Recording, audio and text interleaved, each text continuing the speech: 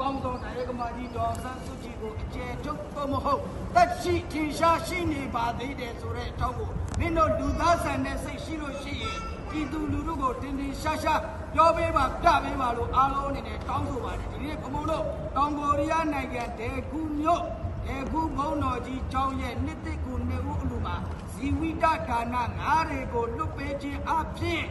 တူသောအကျိုးကိုရရှိပြီးတော့တရားဖန်ဆီးချုပ်နှောင်ခြင်းခံထားရတဲ့လူထုကောင်းဆောင်နဲ့အတူနိုင်ငံရေးအကျဉ်းသားများမြန်မာနိုင်ငံသူနိုင်ငံသားများအပြန်မြန်ဆုံးပြန်လည်လွတ်မြောက်ပေးဖို့ဘုံဘုံအနေနဲ့တောင်းဆိုပါတယ်သမရအတုလွတ်တော်အတုပြီးအောင်လိုက်သမရအတုရဲ့ဘေးမှဖိနှိပ်ခြင်းတွေဘေးမှလည်းအမြန်ဆုံးလွတ်မြောက်ပါစေလို့ဇန္တပြုပါတယ်ဘုံဘုံတို့လိုချင်တဲ့စစ်မှန်တဲ့ဖက်ဒရယ်ဒီမိုကရေစီနိုင်ငံပေါ်ထွန်းပါစေကြောင်းနဲ့အားလုံးပြည်ပြပဟန်ချက်ညီဖြင့်ဆက်လက်စ조사ကြပါစို့လို့